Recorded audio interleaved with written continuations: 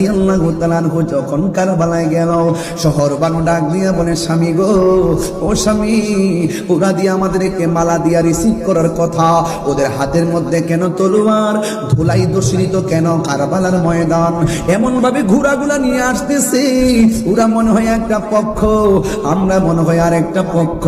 আজকে তো সবাই এক পক্ষ থাকার কথা, একটা এই পক্ষটার নাম হলো আল্লাহ এবং রাসূলের পক্ষ, কিন্তু ওরা যে এইভাবে আসতেছে মনে হয় যেন তারা নবীর আওলাদের সঙ্গে প্রতিপক্ষ বানাইয়া নবীর আওলাদের বিরুদ্ধে জন্য দাঁড়াইতেছে।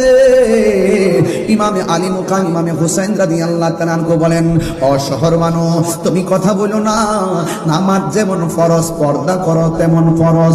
হাতের মধ্যে তলোয়ারটা নিলাম, একটু খেজুরের ডাল থেকে ডালগুলা কাটলাম।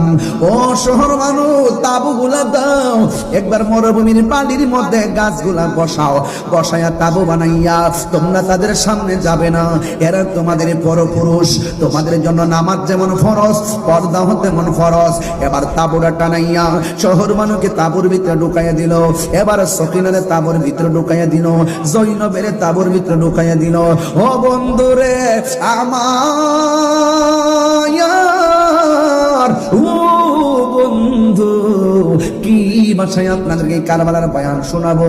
আজকে ওয়াজটা ঘটনা হিসেবে শুনেন না, এমন একটা জিদ গায়ের মধ্যে ধারণ করবেন। কেউ যদি হককে দাহন করার জন্য চলে আসে, আমরা ইমাম হুসাইনের মতন মাঠে জান্নাত নিয়ে পড়বো। কেউ যদি গরু গোবিন্দের চরিত্র নিয়ে সামনে আসে, আমরা বাবা শাহজালালের উত্তরসূরিরা তাদেরকে রুখে দিব। কথা বলেন ঠিক কিনা?